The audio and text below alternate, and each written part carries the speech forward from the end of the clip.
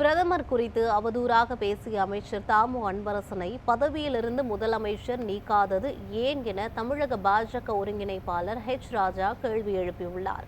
இது தொடர்பாக தாம்பரத்தில் அவர் பேசியவற்றை சூப்பர்வைட்ஸ் பகுதியில் பார்க்கலாம்.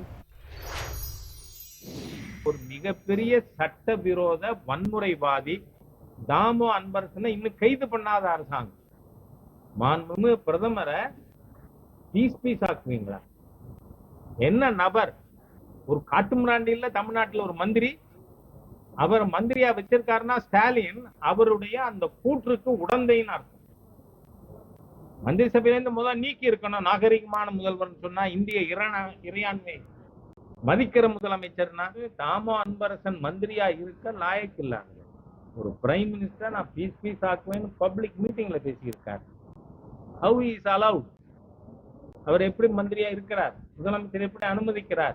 முதலமைச்சர் மாண்புமிகு பிரதமரை இந்த மாதிரி பண்ணணும்னு பேசினது ஒப்புக்கிறாரா? உடன்படுறாரா? ஆகவே இது மோசமான ஒரு அரசாங்கம்.